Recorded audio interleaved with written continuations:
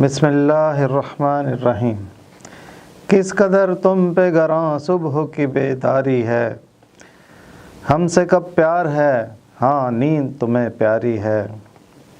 طبع آزاد پہ قید رمضاں بھاری ہے، تم ہی کہہ دو یہی آئین وفاداری ہے۔ قوم مذہب سے ہے، مذہب جو نہیں تم بھی نہیں، جذب باہم جو نہیں محفل انجم بھی نہیں۔ نامہ بند میں اللہ تعالیٰ نے فرمایا ہے کہ تم تو وہ لوگ ہو جو میرے چھوٹے چھوٹے احکامات پر عمل پیرا نہیں ہوتے، جبکہ مطالبات بڑھ چڑھ کر کرتے ہو۔ پہلے وفا کرنا تو سیکھو، پھر کوئی اور بات کرنا۔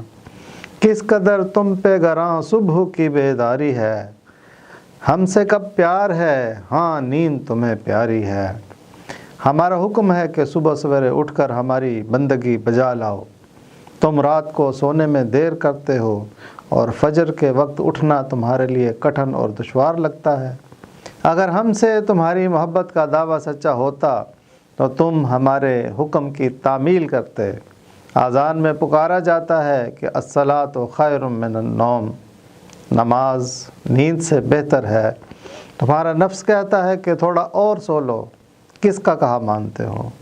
تم اپنے نفس کی غلامی کر کے میری حکم عدولی کرتے ہو اور دعوے محبت کے کرتے ہو۔ تیری سزا ہے نوائے سحر سے محرومی، مقام شوق و سرور و نظر سے محرومی۔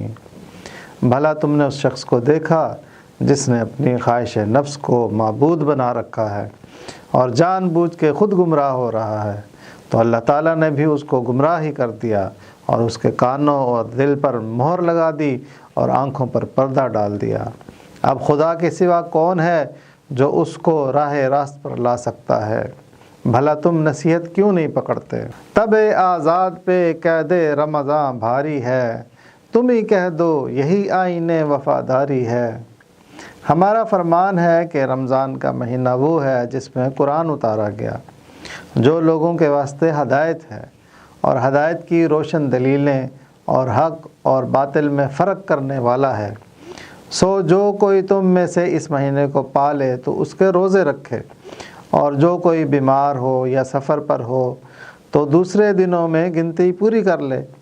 اللہ تم پر آسانی چاہتا ہے اور تم پر تنگی نہیں چاہتا، تاکہ تم روزوں کی گنتی پوری کر لو اور تاکہ تم اللہ کی بڑائی بیان کرو اس نعمت پر کہ اس نے تمہیں ہدایت دی ہے، اور تاکہ تم اللہ کا شکر ادا کرو۔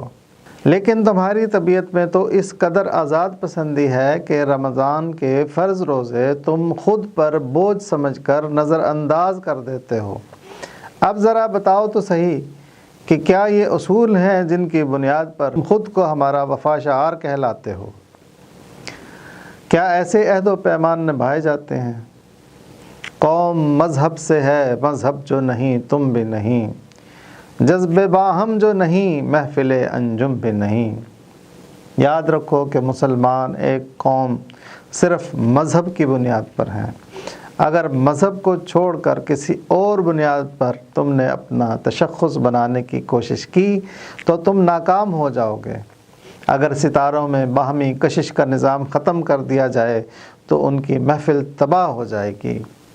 اس شعر میں علامہ صاحب نے مسلمانوں کا قومی نظریہ بیان کیا ہے کہ مسلمانوں میں مذہب کے علاوہ کسی اور بنیاد، مثلا رنگ، نسل، تہذیب، تمدن، علاقہ، زبان وغیرہ پر وطنیت کا نظریہ ایک بت ہے جس کا مقصد مسلمانوں میں انتشار پھیلانا ہے۔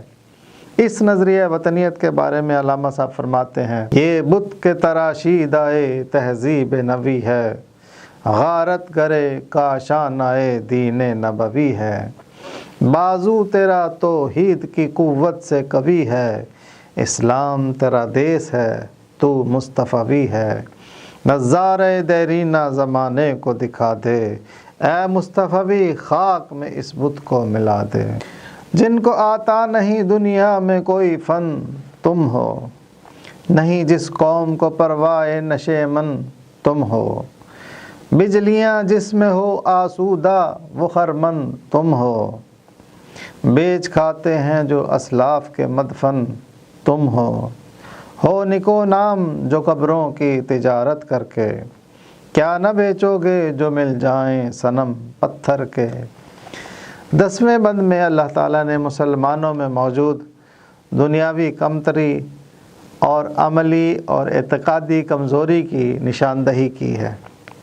جن کو آتا نہیں دنیا میں کوئی فن تم ہو، نہیں جس قوم کو پروائے نشے من تم ہو۔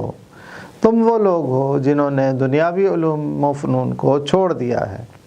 تم نے سائنسی علوم، عمرانی علوم، معاشی علوم، تکنیکی علوم اور ان تمام علوم سے اپنا رشتہ توڑ لیا ہے، جس کا نتیجہ یہ نکلا ہے کہ تمہیں ابلیسی طاقتوں کی مکاری اور عیاری سمجھ نہیں آتی، لہٰذا وہ جہاں سے چاہیں تمہاری ملت کے اتحاد، تشخص اور پہچان کو جب چاہیں پارا پارا کر دیں۔